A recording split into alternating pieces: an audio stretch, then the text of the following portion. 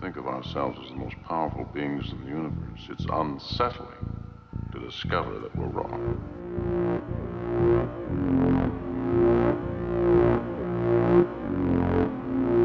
Time has come to see the world as it is.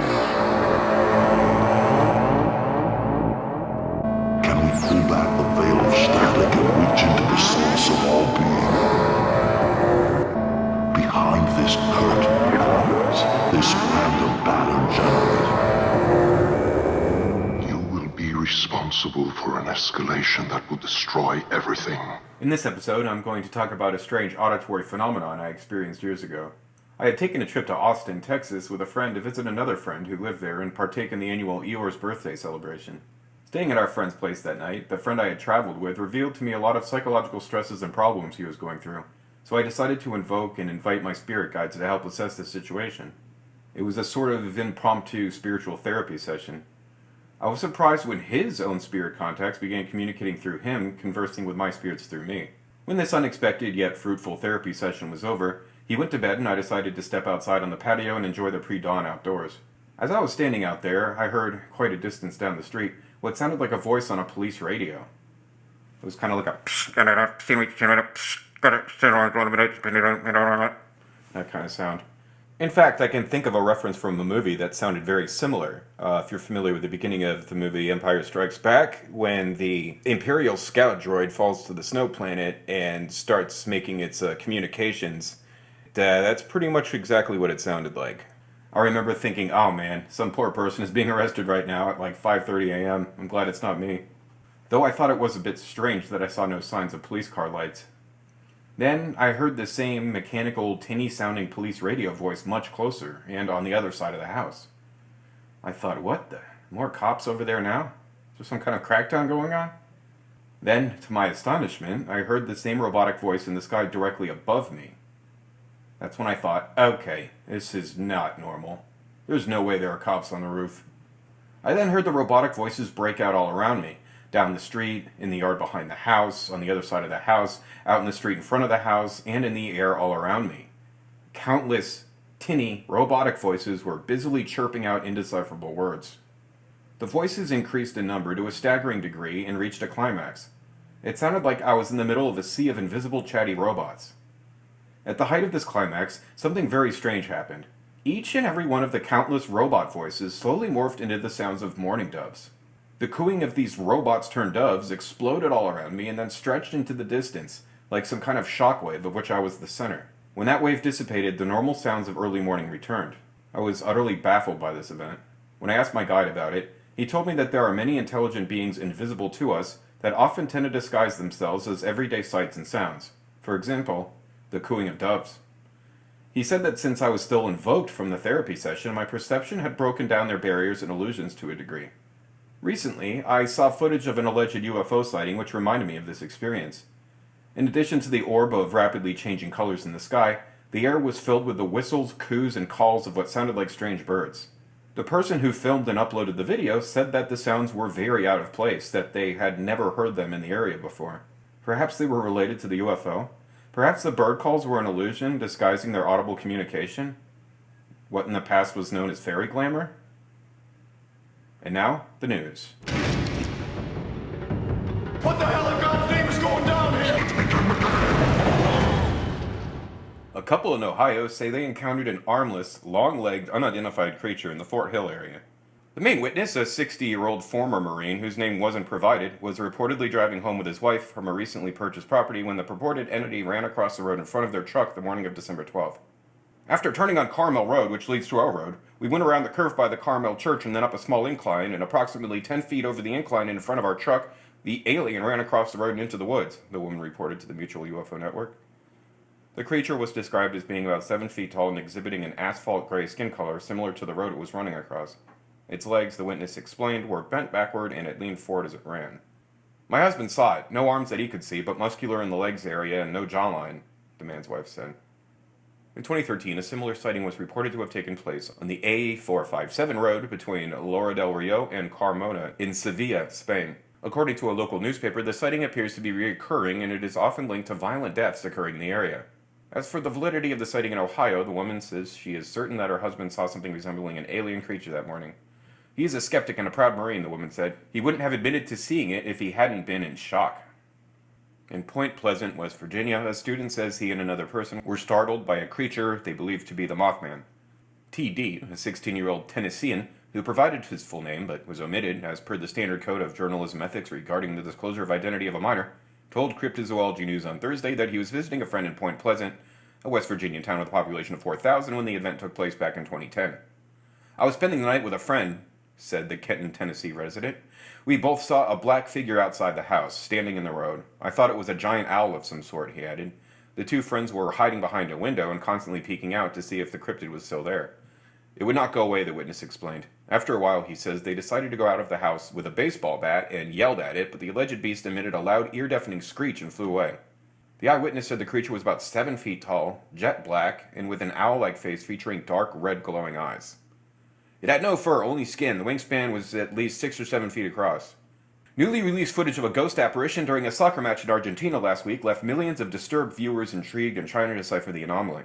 The 1-minute-long video, broadcasted live via Spanish television and later uploaded to YouTube by Futbol Mundial TV, shows a human-like silhouette running back and forth around the periphery of the match between the teams Argentina Racing and River Plate.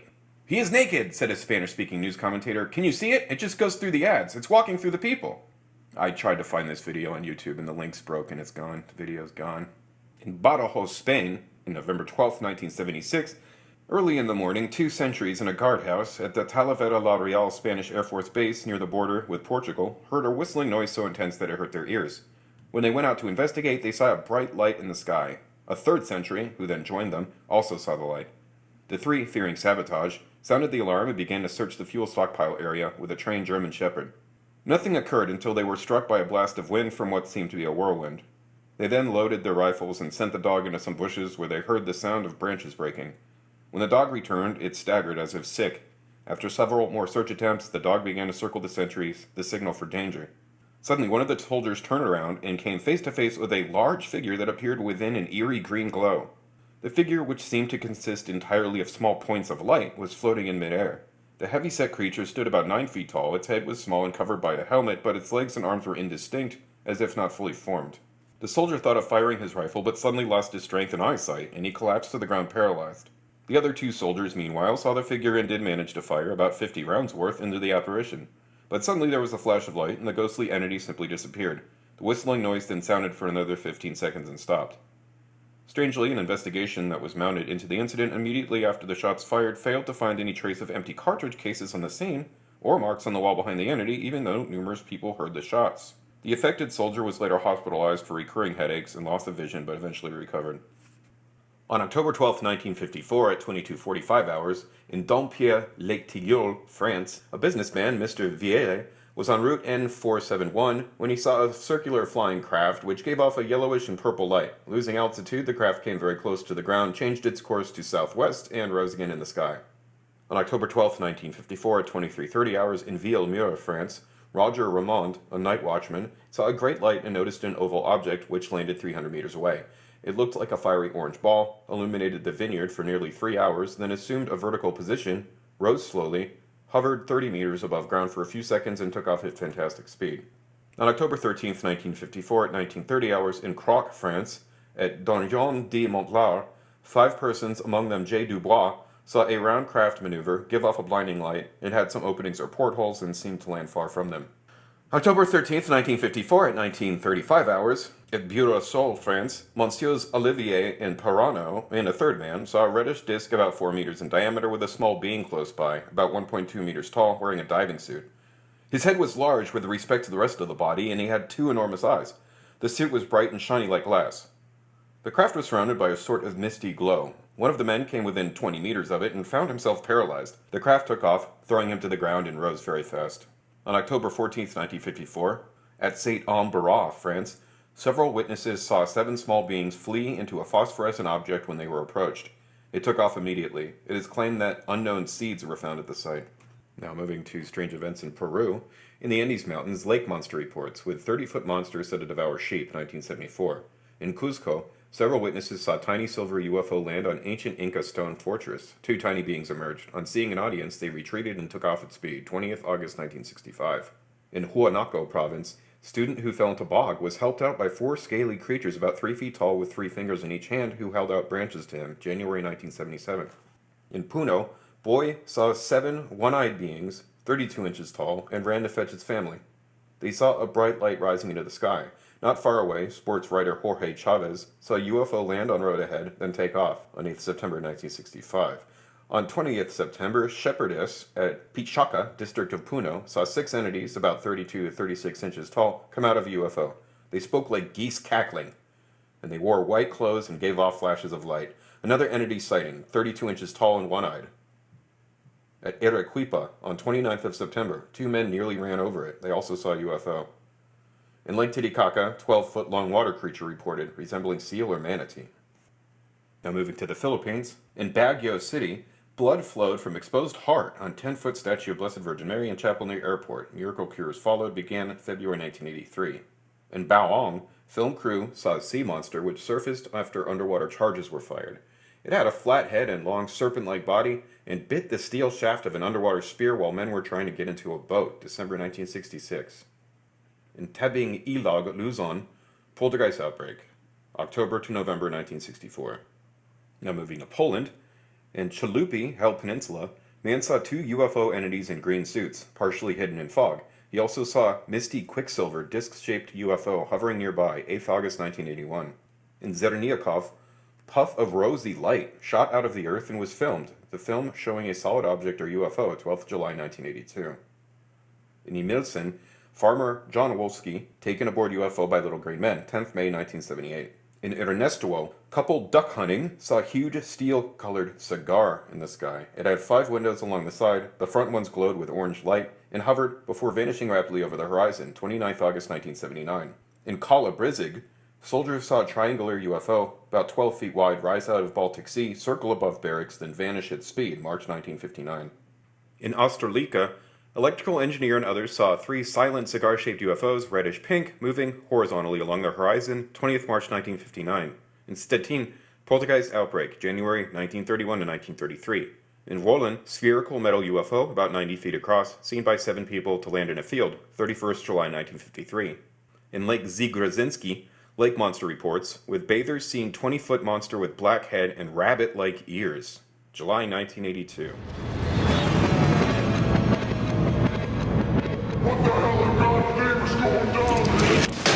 That was a public service announcement designed to scare the shit out of you. He was abducted by aliens earlier this afternoon. That little girl got lost under the bed. She went into an alternate dimension. I'm going to read a section from the book Passport to the Cosmos by Dr. John Mack. However traumatic the so-called alien abduction experiences may be, at least initially, virtually all the experiencers with whom I have worked find in them a spiritual power or the potential for personal transformation. Although I do not believe that I lead or otherwise try to influence the people who seek me out, I cannot deny that this group is self-selected and may at some level of consciousness associate me with at least an openness to a spiritual point of view. Furthermore, whether the spiritual element, which has been noted by other investigators, derives simply from a kind of stretching of the psychic sinews that can occur with any sort of trauma and recovery process, or is a more specific dimension of this phenomenon, is one of the more hotly debated questions in this field. What seems clear is that the human support available to the experiencer, the degree of acceptance by people close to them, and the availability of a facilitator to hold the powerful energies associated with the encounters are all important in determining how the experiences are integrated. That is, whether they will lead to personal growth or result in a stuck victim position or even cause emotional scarring. Sometimes the issue becomes confused with the question of whether the aliens themselves are spiritual. They may or may not be. Who is and who is not a spiritual being is one of the more troublesome and perhaps pointless questions that confront explorers of matters like these, since it is we who determine what to call spiritual. More important is whether the abduction process brings about genuine growth, or might even be intended or designed to do so by whatever intelligence is at its source.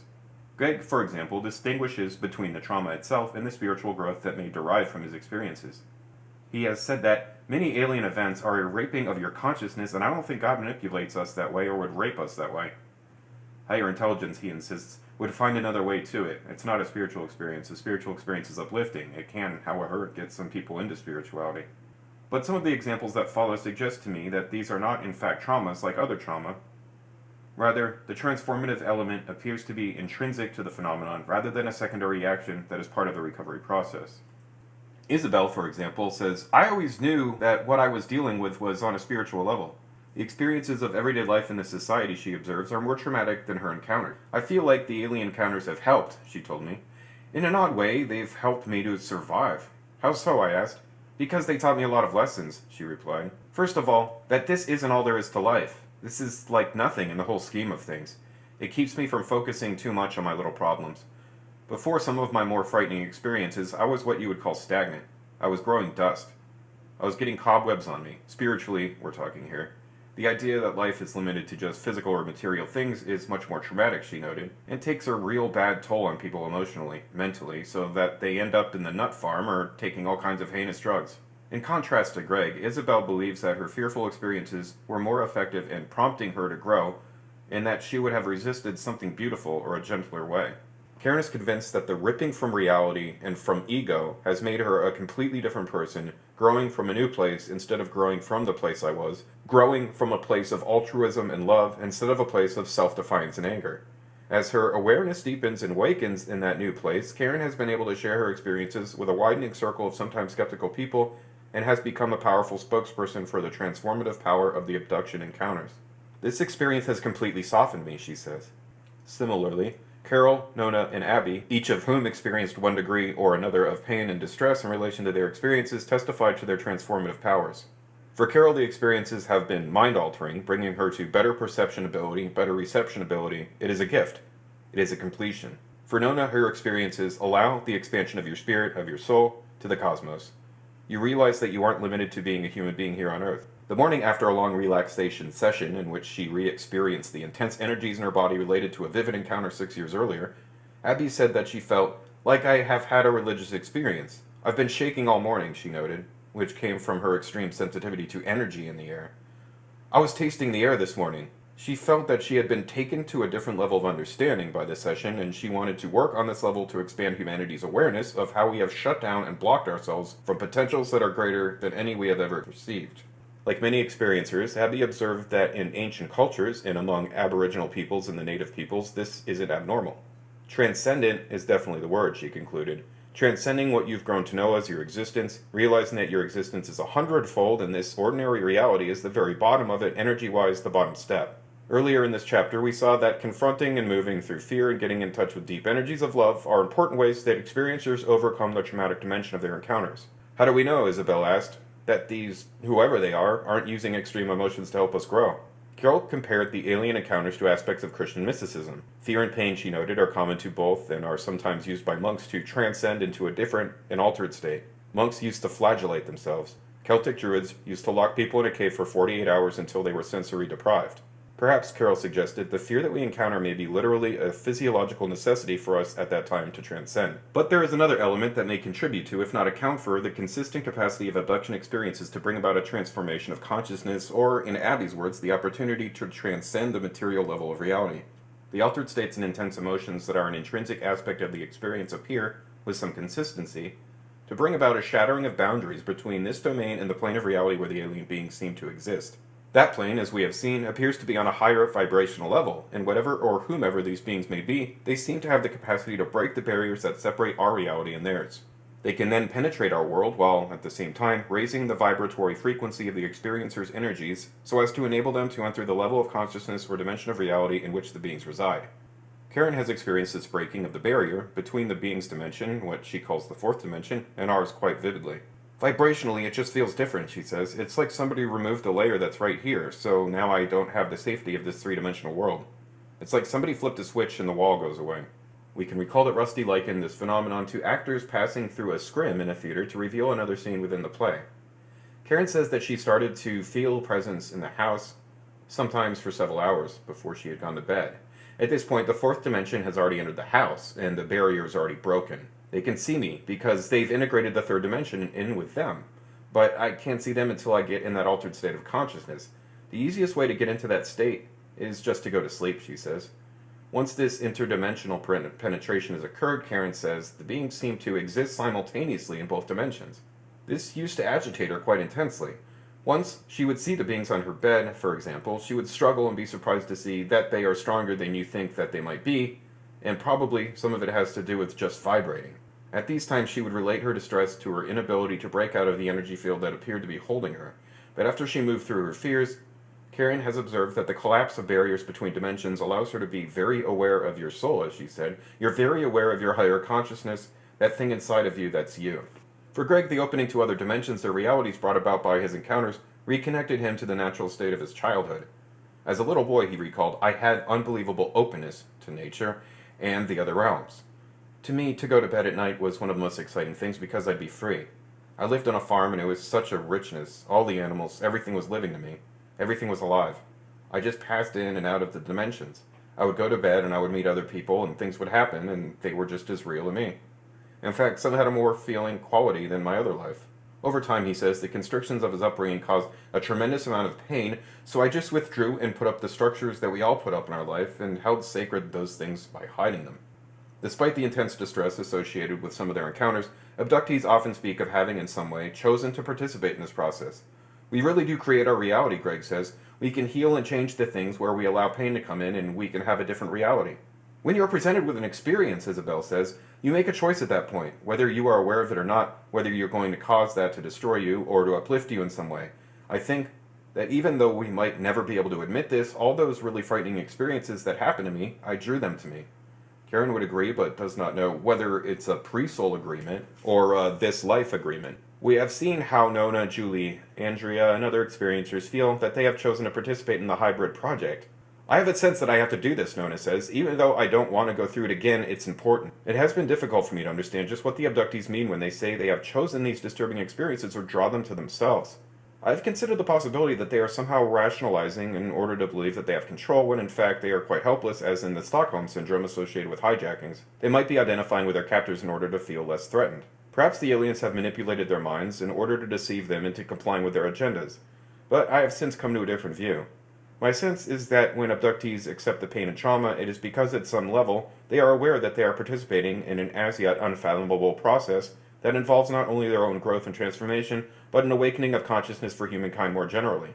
It is as if their individual psyches were intersecting with an evolving cosmic consciousness with which they intuitively feel some sort of harmony or agreement. Any trauma may carry with it the possibility of personal transformation and growth, but the alien abduction experiences seem different to me because of their specific capacity to shatter the boundaries of the psyche and to open consciousness to a wider sense of existence and connection in the universe. Nona has expressed well the transformational power of destruction of identity that has accompanied the awareness of her experiences, which she likens to a shamanic initiation. Being lifted up with the fingers and being taken out through my window, that takes you to that edge, almost like meeting death would. It's a matter of letting go. It's like the boundaries are gone after that happens, and the same thing happens over and over again. Eventually she let go of her fear of dying and felt a powerful sense of freedom. For some abductees, this boundary shattering, or ego death, leaves them with a sense that they are ensouled, even eternal beings, whose existence will survive the death of the body. I feel that on some level, Isabel says, there's this huge bigger part of me that's overseeing all these other little existences that I've chosen to live. She likens this part to a kind of game master, a true or eternal self that cannot be killed, yet knows that life itself is still just a game. I won't die, Nona exclaims. Her sense of wholeness is forever, eternal, separate from the body. Our physical body is our vehicle here and now, and that's fine, that's great, and we need it for doing what we're doing. Through her experiences and elements of her everyday life as well, Karen has undergone the loss of everything we know. For her, much of the transformational power of the encounters derives from the altered consciousness that she experiences in the other fourth dimension. In that domain, everything exists as if in a kind of spherical way. In that realm, she finds her truer Karen self in contrast to her three-dimensional existence as Deborah. I'm having a three-dimensional experience now, but in this higher consciousness, Karen, the alien soul, knows no boundaries. In that consciousness, her soul is not bound by time or space and is alive and well. Once abductees have moved through the boundary-shattering trauma that occurs when they permit themselves to relive their experiences, they may undergo a kind of rebirth that seems to connect them to a wondrous sense of luminosity. Abby expressed a feeling of awe as she recalled the changes she had felt in her body when it seemed to move through matter. It felt to her as if she had been brought in direct touch with a force that had the power to remove disease and bring back the purity of cellular and molecular structures. Greg, throughout his struggles with the darkness of his nature, had felt protected by love. There are dark shadows and light shadows, he said, for the shadow too is one face of the soul. We go through the dark shadow of ourselves in order to get to the luminous part.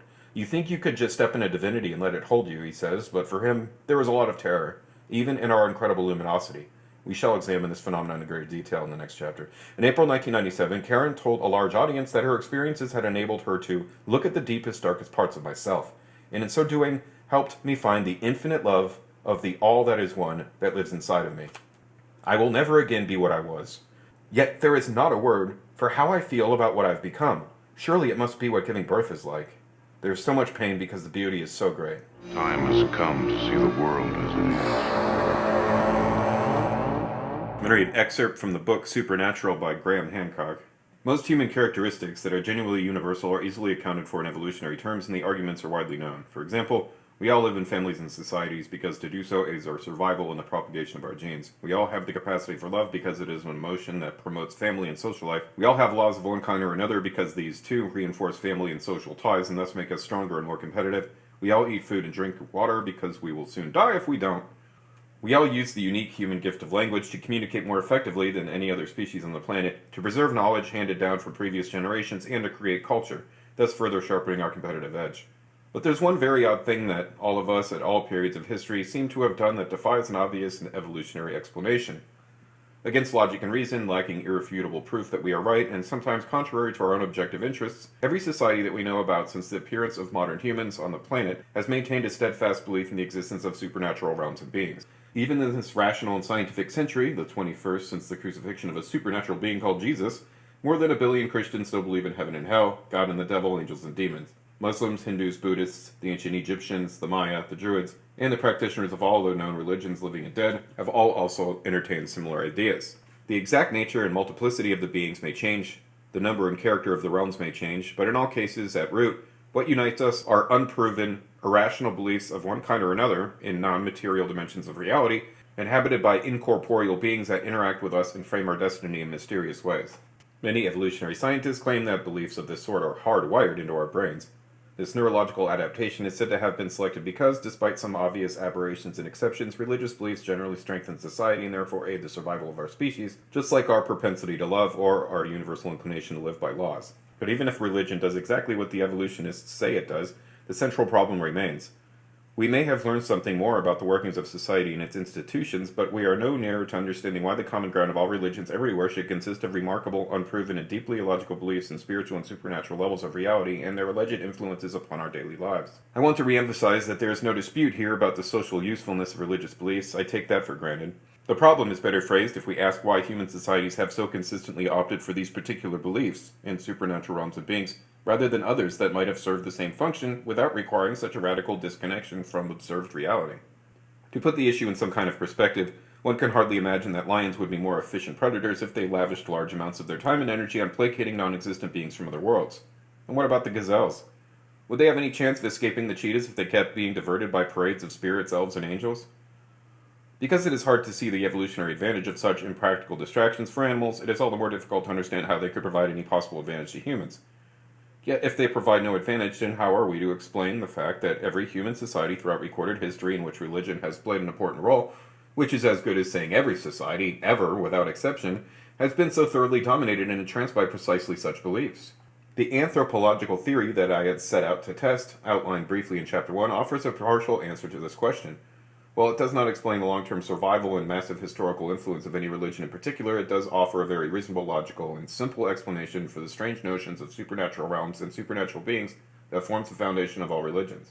According to Professor David Lewis Williams, the leading proponent of the theory, such ideas are not part of the normal, predictable currency of everyday life, but arise from the universal human neurological capacity to enter altered states of consciousness, states of deep trance in which extremely realistic hallucinations are seen. Many anthropologists are convinced that as far back as the Upper Paleolithic, our ancestors placed a high value on hallucinations and made extensive use of psychoactive plants to induce them. In addition, it is well known that rhythmic drumming and dancing, hyperventilation, self-mutilation, starvation, and a variety of other more or less unpleasant techniques can also bring on hallucinations.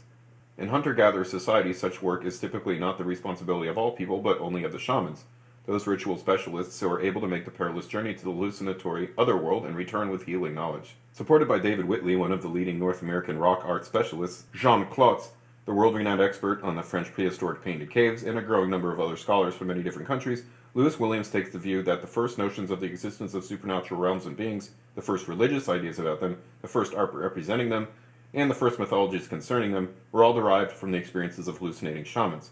By this theory, the art of Pechmerel and of the 300 or so other painted caves of southwest Europe is an art of visions. In other words, the extraordinary images that confront us there depict hallucinations seen by shamans in altered states of consciousness. Since both we and the shaman artists of the Upper Paleolithic share the same modern human neurology, and since altered states of consciousness are a universal phenomenon of that neurology, it follows that there may, after all, be some possibility of a bridge between us and them, some possibility for us to see what they saw and, despite the passage of tens of thousands of years, to gain direct experiential insight into the roots of their beliefs. David Lewis Williams began to develop his neuropsychological model of cave art and the origins of religion in the early 1980s, and has been testing and defending it virtually nonstop since 1988, when he and his co-researcher Thomas Dowson officially put it before their peers in the scholarly journal Current Anthropology. Despite widespread acceptance of the model, criticisms have recently begun to mount, which Lewis Williams remains active in rebutting. As he admitted when I met him at Witwatersrand University in 2004, however, there is one thing he has not done and is not prepared to do in the name of science, and that is to experiment directly and personally with the altered states of consciousness he has made a career out of researching and writing about. Like many Westerners, he told me, he was too much of a control freak to put himself in a trance by dancing or drumming. He had no intention of starving himself for 40 days, and he certainly wasn't going to take any psychoactive drugs, by far the easiest and most certain, and throughout history the most common method used by shamans to attain the visionary state. Why not? I asked. Lewis Williams shrugged. I don't want to fry my brains, and frankly, I'm not in the least bit interested in the experience. I protested that as the leading exponent of the visionary theory of Upper Paleolithic art, I would have thought that he, of all people, should be extremely interested in such experiences, but Lewis Williams maintained steadfastly that he was not. He pointed out that the scientific literature already contains a huge number of studies of trance states and hallucinations, and that for him to add a few hallucinations of his own would change nothing. Better to stand back, stay objective, and focus on the search for common patterns in the cave art on the one hand, and in what the psychiatric and psychological experts have reported about hallucinations on the other. That was the way to flesh out the neuropsychological theory with an overwhelming deluge of evidence and common sense. There's nothing to be gained from seeking a personal tour of the shamanic otherworld, which we now know as our ancestors did not, is just a silly illusion. Though I understood perfectly where Lewis Williams was coming from, I cannot agree with him and objected that we do not know any such thing. We might feel very sure that there is no more to reality than the material world in which we live, but we cannot prove that this is the case. Theoretically, there could be other realms, other dimensions, as all religious traditions and quantum physics alike maintain. Theoretically, the brain could be as much a receiver as a generator of consciousness, and thus might be fine-tuned in altered states to pick up wavelengths that are normally not accessible to us. Depending on our point of view and our experiences, we might find the proposition that such other worlds are real more or less improbable. But it is important to register that no empirical evidence exists that rules them out entirely. At this point, Lewis Williams politely expressed impatience at the speculative direction in which he felt I was taking the conversation, and we moved on to discuss weightier matters.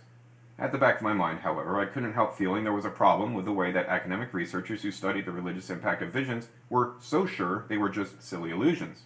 Lewis Williams was probably 100% right that they were mere hallucinations and figments which had tricked our foolish ancestors into believing in non-existent otherworlds for thousands of years. Still, I thought he was 100% wrong to express that view with such force and authority without ever having experienced visions himself.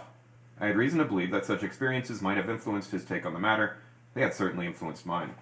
6 months before the Ibogaine session that I described in Chapter 1, and 3 months before I met Professor Lewis Williams in Johannesburg, I spent 5 weeks in the Peruvian Amazon with indigenous Indian shamans, drinking the sacred plant hallucinogen known in the Quechua language of the Incas as ayahuasca. This is a composite word that means literally the vine of the dead, or in some translations, the vine of souls. It reflects the alleged capacity of the South American brew, very much like iboga in Africa, to propel those who ingest it into realms that seem convincingly spiritual and supernatural, where very often they encounter their deceased ancestors.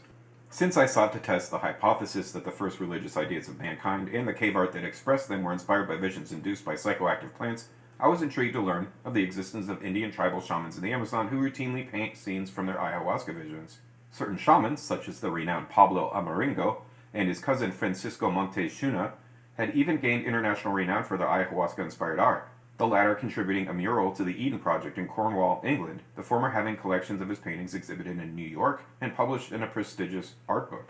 Scientists know why ayahuasca produces visions. It does so because of one of its two principal plant ingredients is rich in N,N-dimethyltryptamine, or DMT, an extremely potent and fast-acting hallucinogen that is also secreted naturally in minute, usually sub-psychedelic quantities by the human brain. Despite being present in our bodies, both DMT in its pure form and DMT in solution in the ayahuasca brew are classified as Schedule 1, Class A illegal drugs in the United States and Britain, and you can go to jail for a long time for possessing them. In countries bordering the Amazon basin, however, where ayahuasca has been an integral part of indigenous Indian culture for thousands of years, it is not illegal. On the contrary, in Peru, Brazil, Colombia, and Ecuador, its consumption is protected under laws of individual religious freedom. Those good and decent laws and the relative accessibility of indigenous shamans working as curanderos, or healers, in their local communities were reason enough for me to do most of my ayahuasca sessions in the Peruvian Amazon. But I also participated in one session in Brazil with a modern syncretic cult known as the União de Vegetal, or UDV. It uses ayahuasca as its sacrament, and has brought the archaic shamanic experience of visionary revelation alive for a rapidly expanding community of otherwise very normal, middle-class, well-educated Brazilians. A number of plants growing in different parts of the Amazon contain the DMT that gives ayahuasca its extraordinary visionary powers, and all of these have long been known to indigenous shamans. One of the most widely used is Psychotria viridis. It is a bush of the Rubiaceae family, and its leaves release psychotropic quantities of DMT if cooked together with water. Whether the DMT is extracted from this plant, however, or from one of the half dozen or so other known sources, there is a problem to overcome. Monoamine oxidase, an enzyme that occurs naturally in our stomachs, so efficiently destroys DMT on contact as to render it entirely orally inactive. It is at this point that the other principal ingredients of the brew, the ayahuasca vine itself, comes into play.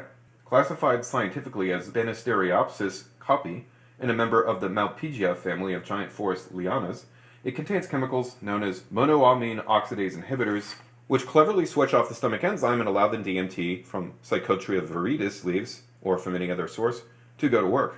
Anthropologist Jeremy Narby comments, "So here are people without electron microscopes who choose, among some 80,000 Amazonian plant species, the leaves of a bush containing a hallucinogenic brain hormone, which they combine with a vine containing substances that inactivate an enzyme of the digestive tract which would otherwise block the hallucinogenic effect. And they do this to modify their consciousness. It's as if they knew about the molecular properties of plants and the art of combining them, and when one asks them how they know these things, they say their knowledge comes directly from hallucinogenic plants." The renowned ethnobotanist Richard Evans Schultz was struck by the same problem. One wonders how peoples in primitive societies with no knowledge of chemistry or physiology ever hit upon a solution to the activation of an alkaloid by a monoamine oxidase inhibitor. Pure experimentation?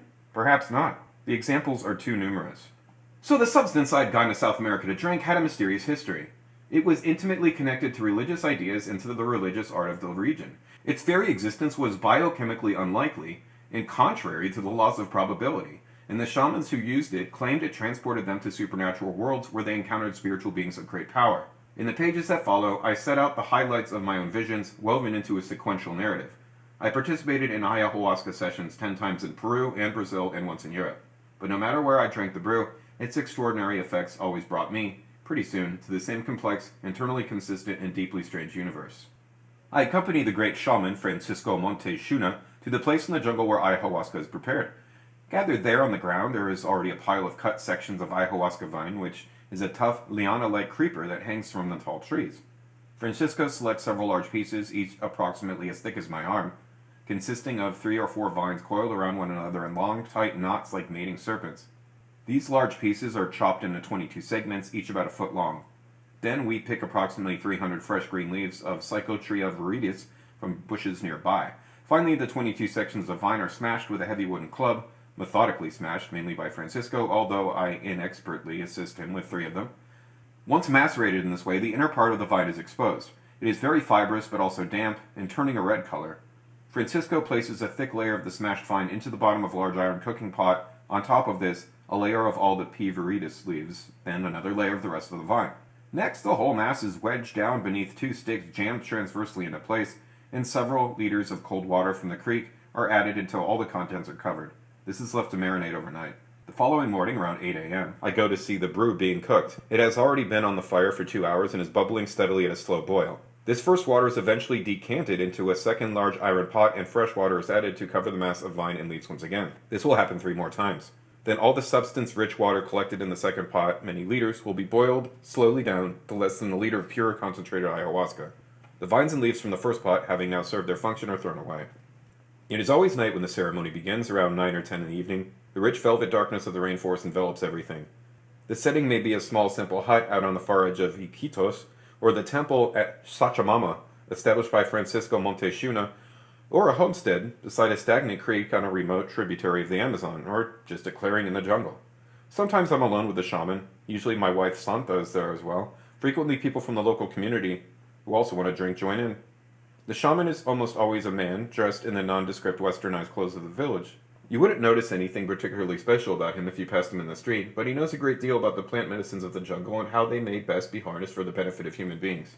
As a practicing ayahuasquero, he is likely to have been drinking the sacred brew since childhood, and to have traveled so frequently in the supernatural realms to which ayahuasca affords a portal that he is truly the master of all the strange experiences to be encountered there. He will long ago have acquired his own spirit animals, who meet him in the hallucinatory otherworld, act as his guides and protectors throughout the trance, and assist him in his vocation as a seer and healer. Sometimes, also, he has in his possession a number of power objects, for instance, pebbles of quartz crystal, a piece of magnetized iron, a bundle of feathers, and certain small statuettes of wood, bone, or terracotta, which provide additional assistance to him in his struggles in the spirit world. Wherever we hold the ritual, and whichever shaman is leading it, an essentially similar routine is followed. The shaman puffs on huge hand-rolled cigarettes of sacred tobacco and blows clouds of smoke over himself and the drinkers into the neck of the bottle containing the ayahuasca. There is much muttering of invocations, brushing of the air with rustling leafy branches, and sprinkling of agua florida, a cheap cologne. The shaman clears his throat several times and spits. Then he begins to sing the Icaros, ancient chants and whistles handed down since time immemorial, to draw in the spirits around our circle. Usually by the time the ayahuasca is poured, more than half of an hour has passed. Modes of preparation vary. In some cases, for example the UDV in Brazil, large glasses of a very diluted brew are served. More commonly, the ayahuasca is concentrated by repeated boiling into a thick, dark, viscous liquid of the kind I saw Francisco Montes Shuna prepare, and is presented in a small cup. First in line at the very first session I attend is a middle-aged woman who wants to contact the spirit of her dead husband. She sips, pauses, looks down into the cup, then drains the rest at a gulp. The same grubby china cup is used by all participants, with the shaman seeming to assess each individual carefully, body weight, aura, before pouring out a dose. In each case, he whispers incomprehensible words into the cup before handing it over to the participant. In each case, the measure he has poured looks much the same as the last, roughly equivalent in volume to a double shot of spirits. My turn. I'm sitting on my heels on the grass mat that is spread out in front of the shaman. His lined features are folded like leather into a beatific expression. He weighs me up, pours from the bottle into the cup the standard double shot of ayahuasca, whispers the incomprehensible words, passes the cup over to me. I take a tentative sip of the vile-tasting liquid, so strong and bitter, sweet and salty, so dark, so concentrated, and so textured as to be repellent. There are jangling, discordant notes of cocoa, medicine, and jungle rot, and there is the definite sense that I am partaking here of something formidable and elusive, a living spirit, as the old myths say, that announces its presence in the sheer mass and energized heaviness of the brew. I raise the cup to my lips again. About 2/3 of the measure that the shaman poured for me still remains, and now I drain it in one draught. The concentrated bittersweet foretaste, followed instantly by the aftertaste of rot and medicine, hits me like a punch in the stomach. I shudder. Will I throw up? Will I shit myself? I have heard that such inconveniences are always a risk with ayahuasca, which, as well as its unsurpassed qualities as a hallucinogen, is also an extremely strong and efficient purgative. Indeed, one of the many names and nicknames by which ayahuasca is known throughout the Amazon is La Purga, the purge. Vomiting and diarrhea are common amongst participants in ayahuasca sessions, and one must simply deal with these effects that they strike. Feeling slightly apprehensive, I thank the shaman and wander back to my place on the floor. Time passes, but I don't keep track of it. I've improvised a pillow from a rolled-up sleeping bag, and I now find I'm swamped by a powerful feeling of weariness. My muscles involuntarily relax, I close my eyes, and without fanfare a parade of visions suddenly begins. Visions that are at once geometrical and alive, visions of lights unlike any light I've ever seen. Dark lights.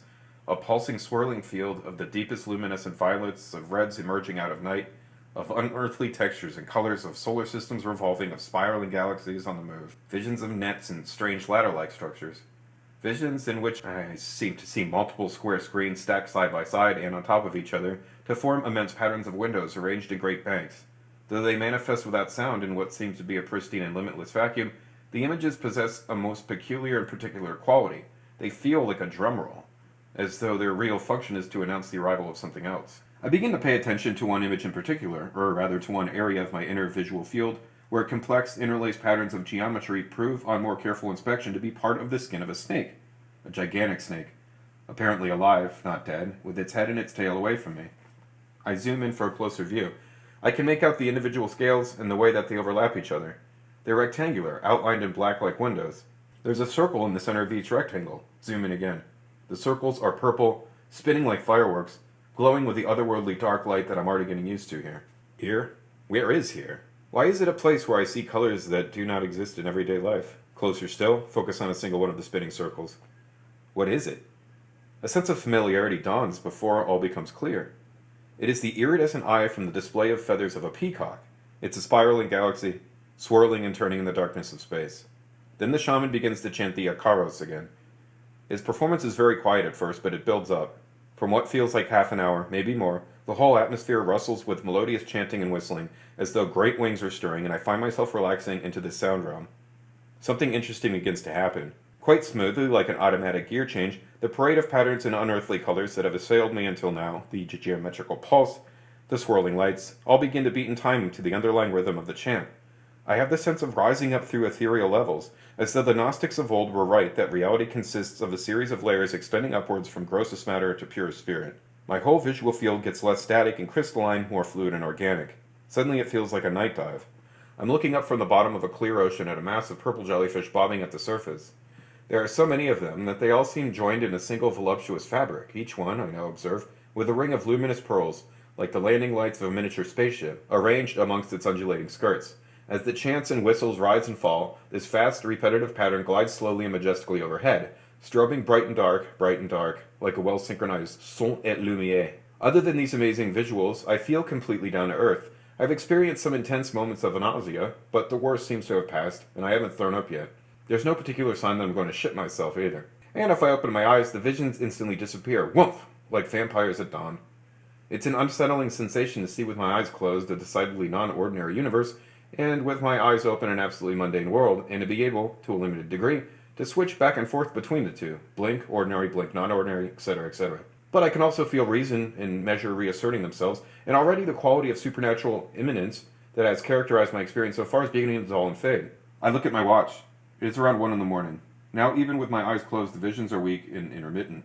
I'm 100% back on planet Earth, sober, rational, not about to visit any parallel dimension. I reached the anteroom and saw the wallpaper there. That's the realistic assessment. I fastened my seatbelt and trundled down the runway, but couldn't build up enough speed to take off. I stood at the doors of perception, but didn't pass through. Although the prospect is still daunting and horrible, although the mere thought of the taste makes me gag and retch as if I've inhaled mustard gas, I resolve to drink another cup of the brew. I go outside, pee, look at the stars, come back in again, take off my shoes, have a few swigs of water. Drinking ayahuasca is an ordeal. Everything about it is difficult. Nothing is easy. Yet I have no choice but to persevere if I want to understand this mysterious substance. I know of several examples of people who have taken ayahuasca and experienced nothing very remarkable during their first 2 or 3 sessions, only to get the full return ticket to a parallel world on their 3rd or 4th attempt. I shuffle up to the shaman again, tell him I think I'm ready for a second dose. He pours out the usual double shot measure into the cup and whispers the usual incomprehensible words into it before handing it to me to drink. I intend to drain it in one gulp, because it's only a small amount after all. But once again it seems formidable. The way a toad might seem formidable if blended as a beverage and served in a cup. My flesh recoils from it and I hesitate, then take a preliminary sip exactly as before. There's something unique and indescribable about the taste. Ayahuasca from the Amazon, the vine of souls, the rancid medicine of the gods. I tip my head back, tilt the cup upright, and swig down the remainder of its contents. As I wander back to reoccupy my place on the floor, I'm thinking that, with the first dose still presumably in my system, and certainly not vomited out, it is reasonable to hope that this second dose will do the trick. I already know that the answer is maybe, and that it really does depend, because the effects of ayahuasca differ so much from person to person, and from day to day, even from hour to hour. After about 40 minutes, the parade of images reappears. The geometry, the nets, ladders and banks of windows, the spirals, the swastikas spinning in the void, the furious zigzags, the kaleidoscope of unearthly colors. And I find myself back in the anteroom to the ayahuasca realm. As before, sound and vision have effortlessly synchronized, and my whole scene pulses and vibrates hypnotically. As before, I have the ability to zoom in on small areas of the scene. As before, I see what looks like the flank of a gigantic serpent, and, when I come closer, the patterned rectangles of individual scales, each one of which proves to enclose a swirling iridescent eye. For a while, not much else happens. Then, suddenly, without preamble, I get a display of zigzags, pyramids, tribal masks. One after the other, as though briefly illuminated by the brightest spotlight, they seem to jump out of the darkness, then disappear. It's the grand finale of another visit to the ayahuasca anteroom. As the display fades, Ordinary reality replaces it, and my consciousness engages itself completely with the material world again. I'm going to continue the rest of the story in the next episode. Science can explain everything if we look hard enough. Shut up, science bitch. Nothing is true. Everything is real. Not only is he like ruining my life, but with all this God shit that he's into, he could be ruining my afterlife. It's a sort of interdimensional vagina that somehow appears. I can interact with it. Fabric of the entire universe could be torn apart. I know my mind is changing. I'm already too far gone to know what to do.